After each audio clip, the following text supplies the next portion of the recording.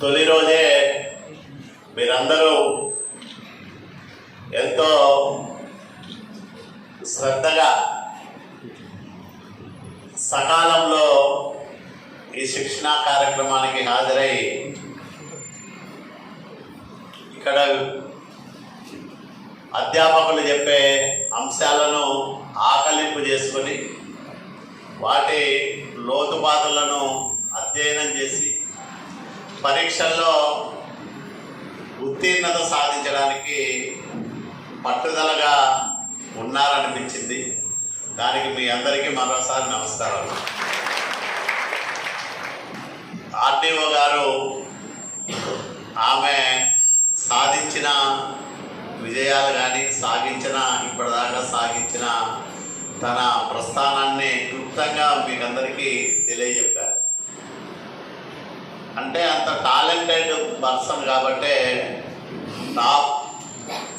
స్టేట్లోనే top పొజిషన్లో ఆమె ఉత్తీర్ణత సాధించింది. అట్లాంటి పట్టుదల ఉండాలి ప్రతి ఒక్కరిలో. నేనెందుకు నంబర్ 1 కాకూడదు అనేది ప్రతి ఒక్కరిలోనూ కసి ఉండాలి. బర్నింగ్ డిజైర్ అంటారు, జ్వలించే కాంక్ష ప్రతి మనిషిలోనూ.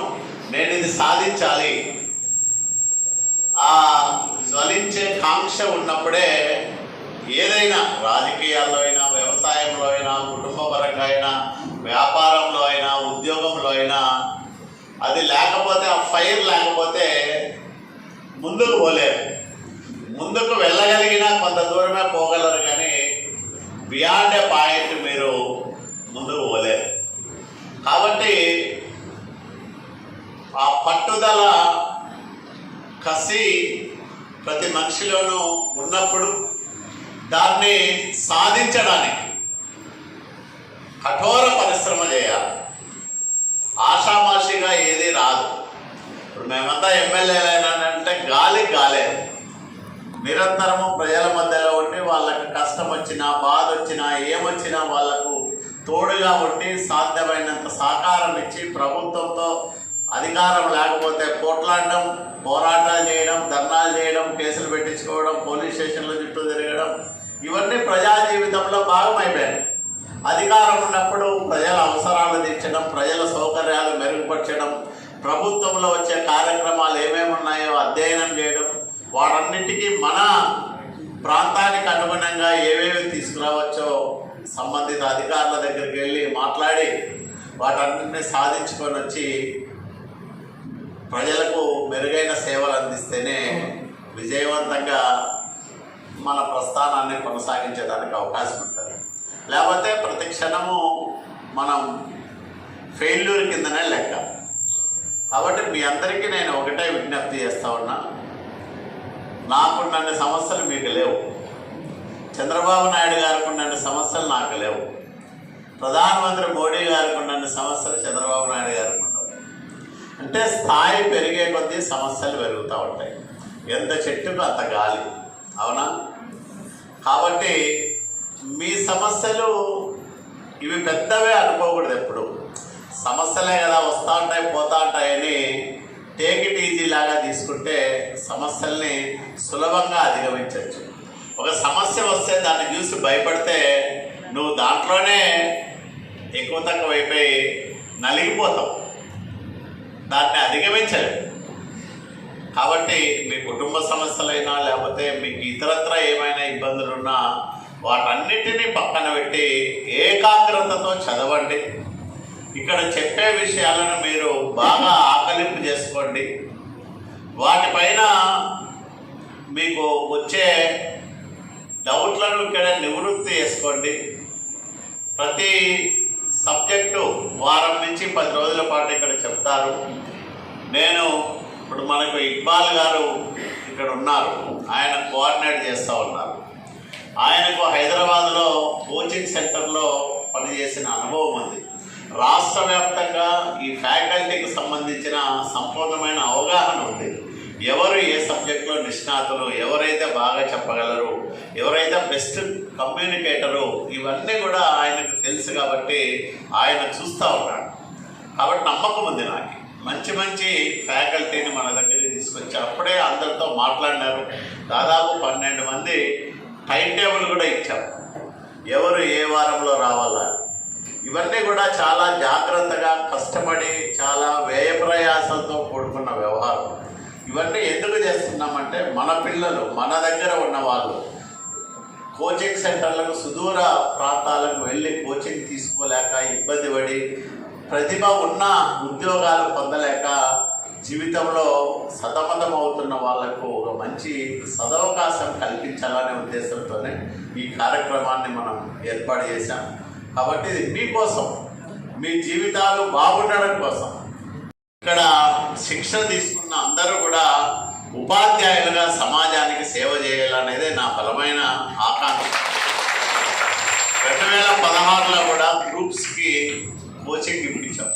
అప్పుడు రామారావు గారు ఆర్డీఓ, తర్వాత మన సత్యనారాయణ గారు లేబర్ ఆఫీసర్గా ఉండేవాళ్ళు. వాళ్ళ శ్రద్ధ తీసుకొని మరి శిక్షణ కార్యక్రమాలు నిర్వహించాం జూనియర్ కాలేజ్.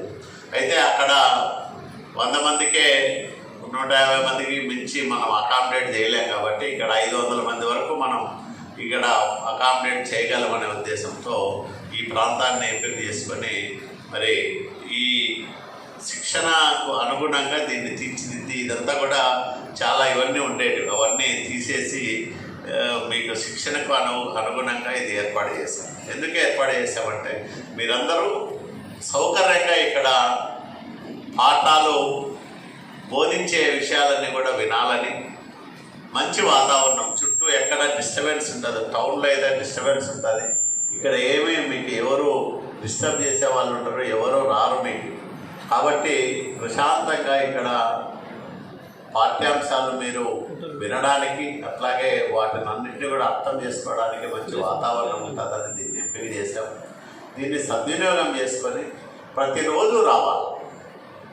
ఎందుకంటే రోజు కొత్త కొత్త విషయాలే చెప్తా ఉంటారు. నిన్న చెప్పిన పాఠం ఈరోజు ఉంటుంది, ఈరోజు చెప్పే పాఠం రేపు ఉండదు. కాబట్టి ఒక పాఠం మీరు మిస్ అయినా, ఒక రోజు మిస్ అయినా మరి చాలా అంశాలు మీరు కోల్పోయే దానికి అవకాశం ఉంటుంది. కాబట్టి ప్రతిరోజు రండి. మీకు మధ్యాహ్నం ఉన్నంతలో వర్కింగ్ లంచ్ లాగా కూడా ఏర్పాటు చేస్తాం. ఇక్కడే ఉండండి. ఉదయం నుంచి సాయంత్రం దాకా మీరు వేరే ధ్యాస వద్దు, వేరే వ్యాపకం వద్దు, వేరే ఆలోచన వద్దు. కేవలం ఇక్కడ చెప్పేదాన్ని వినండి, మీకు వచ్చే డౌట్లను క్లారిఫై చేసుకోండి, బాగా తర్ఫీదు కాండి, ఇంటికి పోయి వాటిని మరొకసారి మననం చేసుకోండి. ఇవన్నీ ఈ అయిపోయిన తర్వాత మీకు మంచి మెటీరియల్, రాష్ట్రంలోనే ది బెస్ట్ మెటీరియల్ నేను బాగా చెప్పా, బాగా సేకరించండి. మీరు ఎక్కడైతే బాగుంటుందో తీసుకొచ్చి మీకు ఇచ్చి అంతిమంగా ఫిబ్రవరిలో జరిగే పరీక్షల్లో మీరందరూ కూడా ఉత్తీర్ణులు కావాలా, ఉద్యోగాలు రావాలా మన వాళ్ళకనే ఆశ.